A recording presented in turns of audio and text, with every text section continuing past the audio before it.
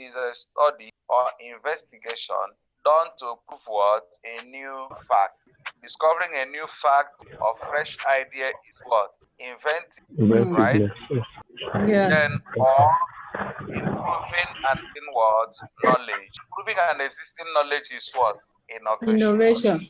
Innovation. Now, invention means finding a new way of doing something. Then, while innovation means finding a new way of doing an old thing. When there is innovation, you are finding a way of what? Of doing an old thing. For example, if Hajia used to cook rice in a certain way, and suddenly she discovers how to the same rice, but now in a fresher, jollof rice. Finding in jollof rice. Okay, maybe a new way of doing the cook becomes tastier, becomes more appetizing, but it's still the same that's aged long. It's just that you found a new way of cooking the same old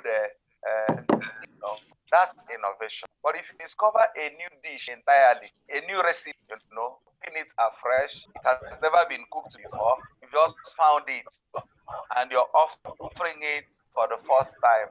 That's what invention. So in research, there are times when we are what? Invent, and there are times when we are what? Innovative. So basically, discovering fresh facts, invention, while finding a new way of doing old things was innovation. For example, we have discovery of cell phone can be called an invention. The coming out of cell phone cannot be called an invention. Am I correct? Yes, sir. It's an innovation. Yes, it's an improvement. Yes. It's an improvement on the use of what? Landline. Telephone technology. It's an improvement on the use of landline because the telephone has been invented by Alexander Graham Bell. But then who came out and discovered a way of improving on the telephone technology by making it more mobile, making it easier to carry, making it more responsive to people's, when that happens, that becomes a kind of what?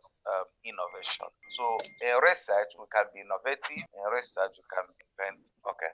Now, I like us also, not too long from now, might be asked to undertake certain research. For example, you have your on-the-job project, the research is active. You also have your dissertation, which at the end of your period of study will not be too long away from now. When we do research methodology, when we study this course, it's not only designed to make you understand research, it also designed to make you know how to present research reports. There's a difference between a research and a research report.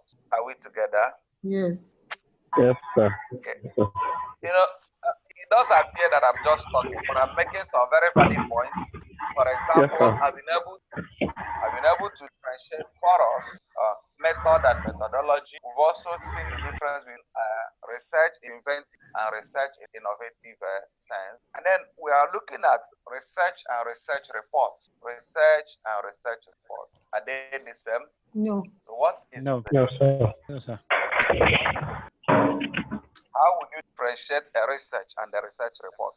Research is the process of solving the problem, while research report is the process of presenting the identified problem for further. Okay, from my own point, research is the process, while the report is like the result. It's the result of the process of research. Just the result. Now, when you finish research, the research should end with results, right? Yes. In my own case, I would say research is the activity, while a research report is the presentation of the activity. Presentation of what?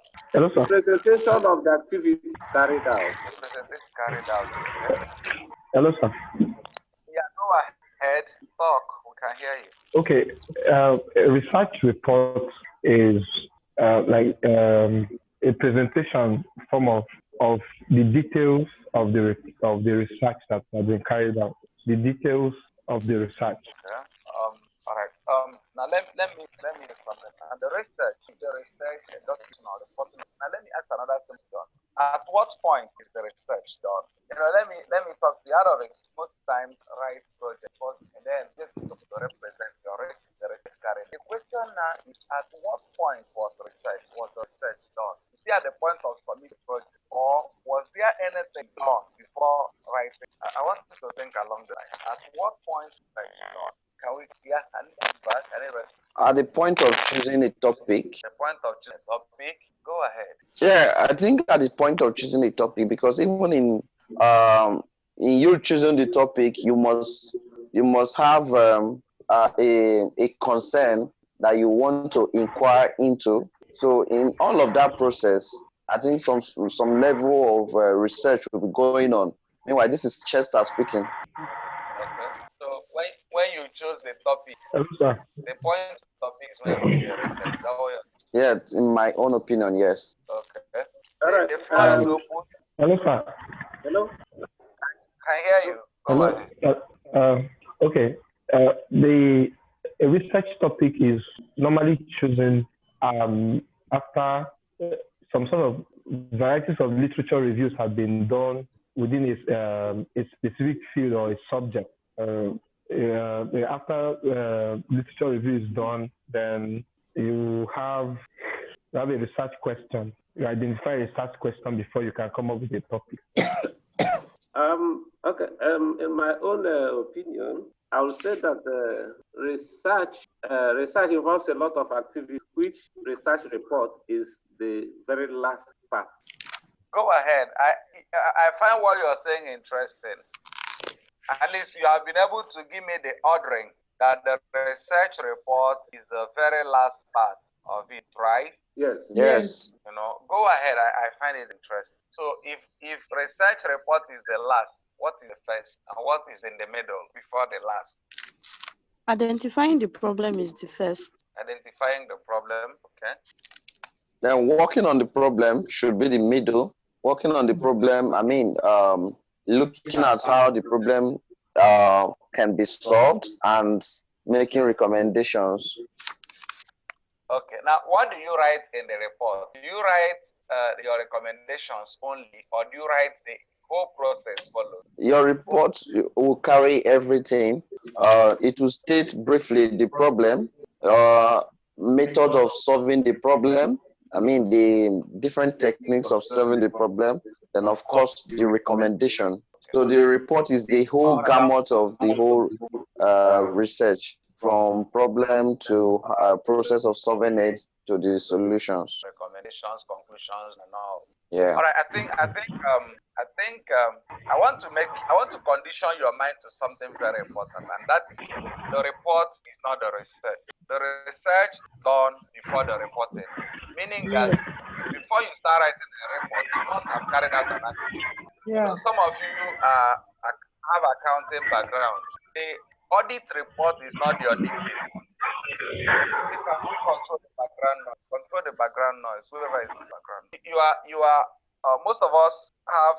Some of us have audit, accounting background. You realize that the audit report is not the audit. Am I correct? Yes. The audit report is not the audit. Auditing is done Before from writing the report. verification, asset verification, liability verification, cash flow checks, internal control checks, and all that. All of them are done before writing the report. So the audit report is just the very last. I finished my work. Are the things done? These are the findings. These are the conclusions drawn. These are the recommendations put forward. All of them put together will now be encapsulated in a report. You now submit as like it means that the report is an evidence that the work was done. Yes. Is that correct? Yes, sir. So it's not the work. Not the work itself, but a proof, a documented that the work was done. It will also detail the processes followed in getting the work. All that represents the rest. But one thing about research report is that it has to follow a prescribed order, right? It has to what? Can you still hear me? Yes, I follow a prescribed order. It has to follow a prescribed order. So that's why if you you're doing it for academic purpose, or maybe you're doing it to satisfy the requirement for the award of an academic, you have to have a full format.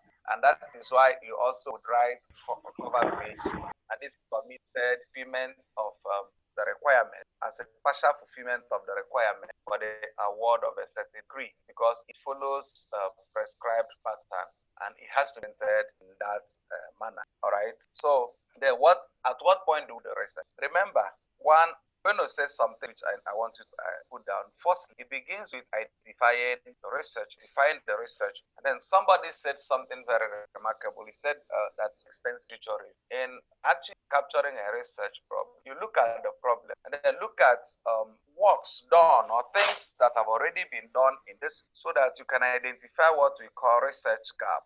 Are we there? Yes. Do I Yes, still have your attention? Yes, sir. Yes, sir. Yes, you do.